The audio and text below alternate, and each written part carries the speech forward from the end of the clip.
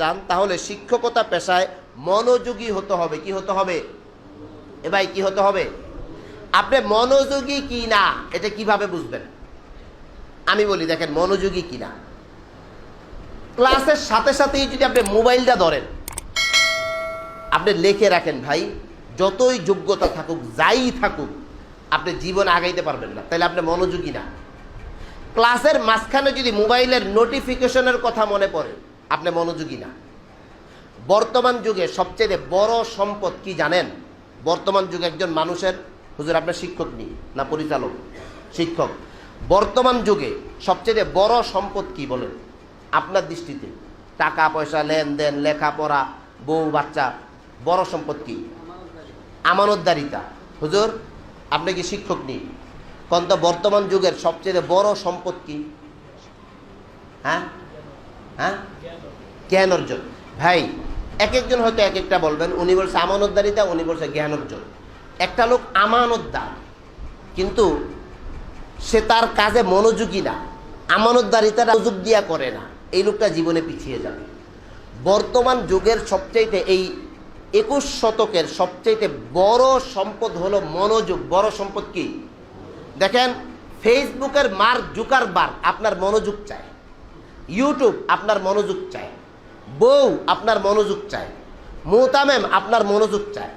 আপনি ফেসবুকে থাকলেই মার্ক জুকারবার্গের পয়সা ইনকাম, আপনি ইউটিউবে থাকলেই তার কি ইনকাম, আপনি টিকটকে আছেন টিকটকওয়ালার পয়সা ইনকাম, আপনি হোয়াটসঅ্যাপে আছেন হোয়াটসঅ্যাপওয়ালার পয়সা ইনকাম, আপনি ইমোতে আছেন ইমোওয়ালার পয়সা ইনকাম।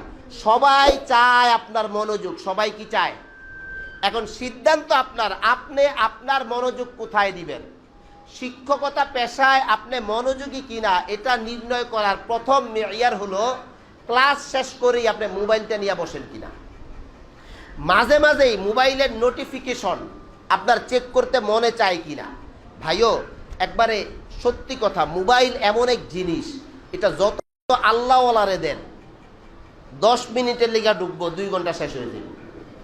আমার মোবাইলে ফেসবুকের অ্যাপস আমি মোবাইলে রানিং রাখি না, আমার মোবাইলে ফেসবুক অ্যাপস এটা মোবাইলে চালাই না, এটা ডিলিট করে রাখি 12 মাস। এই যে আপনাকে আজকে কোর্স হবে, গতকালকে দুপুরে আমি ফেসবুক ইনস্টল দিছিলাম, গতকালকে দুপুরে।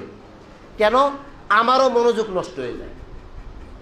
এখন আপনি শিক্ষক হিসেবে যদি মনোযোগ ধরে রাখতে না পারেন তাহলে আপনি শিক্ষকতা দিয়ে আগাইতে পারবেন না ভাই। এখন আপনি মনোযোগী কিনা এটা আপনি ভাবেন। বেতন বাড়ে না, সুযোগ সুবিধা সব হবে রে ভাই, সব হবে। দুনিয়ার কারো না কারো তো বেতন বাড়ে। শিক্ষকতা করে ঢাকা শহরে ফ্ল্যাট কিনছে 4টা 5টা, এমন লোকও এই যে আমাদের আশেপাশেই আছে। মসজিদের ইমাম, আমাদের সময় ওনার বেতন, এখন এই যে কয়েকদিন আগেও বেতন ছিল 60,000 টাকা। কয় হাজার টাকা? অনেক বড় মসজিদের ইমাম, কিন্তু আলহামদুলিল্লাহ ওনারও 2টা 3টা ফ্ল্যাট আছে এই এলাকায়। কেন? লোকটা মনোযোগী। লোকটা কি? প্রথম কাজ মনোযোগ। মনোযোগের জন্য আপনি মোবাইল থেকে দূরে যান। এখন সিদ্ধান্ত আপনার, আপনি কি শিক্ষকতা পেশায় মনোযোগী হবেন না মনোযোগী হবেন না। যদি মনোযোগী হন তো যত অভিযোগ দিচ্ছেন, বেতন বাড়ে না, হাদিয়া বাড়ে না, এই হয় না, সেই হয় না, সুযোগ সুবিধা নাই, দেখবেন কোনো না কোনো দিক দিয়ে আপনি আগায় যাবেন। কোনো না কোনো প্রতিষ্ঠান আপনাকে মূল্যায়ন করবে, কোনো না কোনো গার্ডিয়ান আপনাকে মূল্যায়ন করবে যদি আপনি মনোযোগী হতে পারেন। 2, আপনি যদি শিক্ষকতায় সফল হয়, মোবাইলটা টিপবো 20 মিনিট আগে মোবাইলটা থুইয়া ঘুমাইব। কয় মিনিট আগে? ভাই কিছু মনে করিয়েন না, আল্লাহর হস্তে আমি আপনার মুহতামেম না, আমি আপনার ভিন্ন লোক। আমি আপনাকে জীবনটা বোঝানোর চেষ্টা করছি। আপনি 20 মিনিট আগে মোবাইলটা থুইয়া যে ঘুমাইলেন, তাহলে কিভাবে আপনি জীবন আগাবেন বলেন? 2 ঘন্টা টাইম, 2 ঘন্টা হে একবারে 1.5 ঘন্টা মোবাইল টিপছে, আধা ঘন্টা আগে মোবাইলটা থুইয়া ঘুমা। আর রাত্রে তো মাশাল্লাহ যতক্ষণ মোবাইলে চার্জ থাকে, রাইতে কি যতক্ষণ মোবাইলে চার্জ থাকে ততক্ষণ এটারে টিপতে হইব।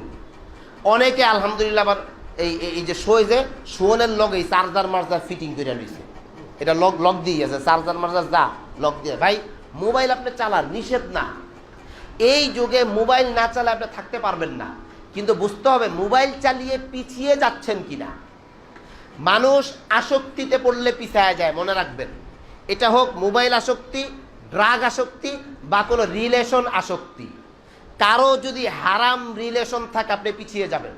ওই যে আপনার নোটিফিকেশন চেক করতে মনে চাইবে, হারাম রিলেশন থাকলে আপনি জীবনে আগাইতে পারবেন না। আপনি জায়গায় স্টপ, যে না আমি আসক্ত মুক্ত একটা জীবন চাই। কি মুক্ত জীবন ভাই বলেন? কি মুক্ত? আসক্ত মুক্ত জীবন। আমার জীবনে মোবাইল আসক্তি থাকবে না, আমার জীবনে রিলেশন আসক্তি থাকবে না, আমার জীবনে ড্রাগ আসক্তি থাকবে না। হাত্তাকে এখনকার এমন উস্তাদ আছে, কেরিয়ার আর চাকরি দুইটা এক জিনিস না। আপনি যদি শিক্ষকতাকে কেরিয়ার হিসাবে নেন তাহলে কেরিয়ার ভিন্ন জিনিস, চাকরি ভিন্ন জিনিস, খেদমত ভিন্ন জিনিস। কেরিয়ার কাকে বলে? কেরিয়ার বলে হইল আপনি নির্দিষ্ট একটা লক্ষ্য অর্জনে নিজেকে দক্ষ করে গড়ে তুলবেন।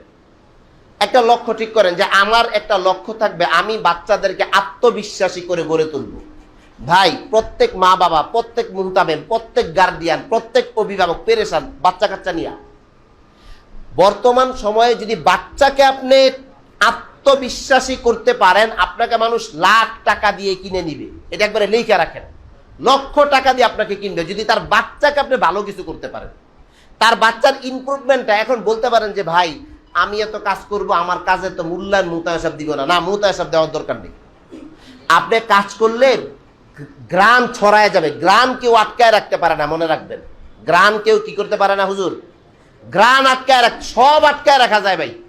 গন্ধ আর দুর্গন্ধ কি রাখা যায় না? এখন আপনি যদি এটাকে ফোকাস দেন যে আমি বাচ্চার আত্মবিশ্বাস জাগ্রত করব।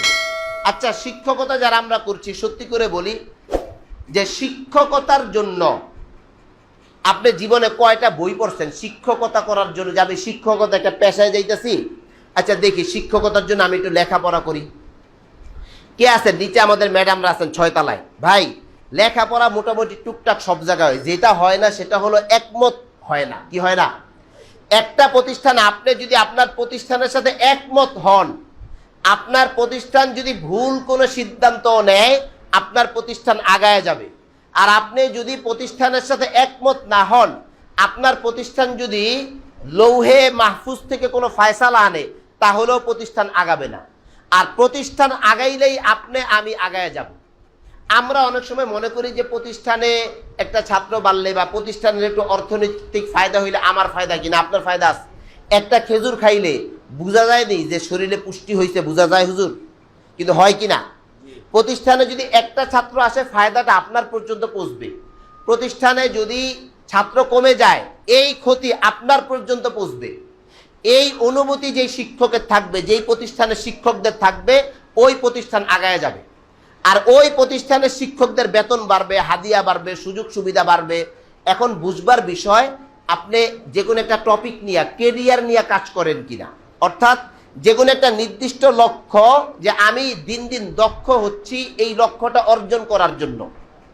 উদাহরণস্বরূপ হাতের লেখা বা কোরআন শরীফের তেলাওয়াত বা বাচ্চার আত্মবিশ্বাস জাগ্রত করা।